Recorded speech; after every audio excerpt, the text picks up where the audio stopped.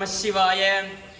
மனிதநேயம் மிக்க மனிதர்கள் வாழும் இந்த மலேசியா திருநாட்டிலே சிரம்பான் என்னும் அழகிய புண்ணிய பூமியிலிருந்து தேடி வருபவர்க்கெல்லாம் சகல சௌபாகியங்களையும் வழங்கிடும் உண்ணாமுலை சமேத அண்ணாமலையார் ஆலயம், அபிதா குஜாம்பா சமேத அருணாச்சலேஸ்வர பெரு ஆலயத்திலிருந்து நமது ஆலயத்திலே இன்றைய தினம் கார்த்திகை தீப பெருவிழா மிகவும் சிறப்பான முறையிலே இடம்பெற இருக்கின்றது.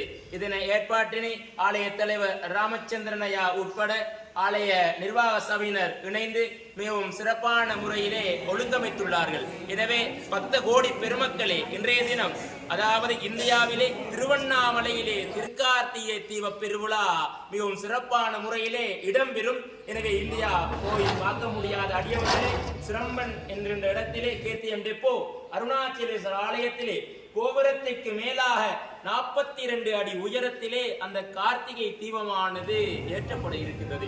இதனை அடுத்து இந்த தீப திருநாளிலே அனைவரும் வந்து கலந்து கொள்ளுங்கள். சரியாக இந்தியாவிலே திருவண்ணாமலையிலே சரியாக 6 மணி அளவிலே அந்த தீபம் ஏற்றப்படும். இதை போலவே மலேசியா நேரப்படி 8:30 மணி அளவிலே 8 மணிக்கு பிற்பாடு சரியாக ஒரே நேரத்திலே அங்கே ஏற்றுகின்ற அதே நேரத்திலே அந்த தீபமானது இங்கே ஏற்றப்பட இருக்கின்றது. அடியவர்களே, அன்றைய தினத்திலே நீங்கள் இன்றைய தினத்திலே ஆலயத்திற்கு வருகிறது. அங்கே ஏற்றும் போது அடியவர்களின்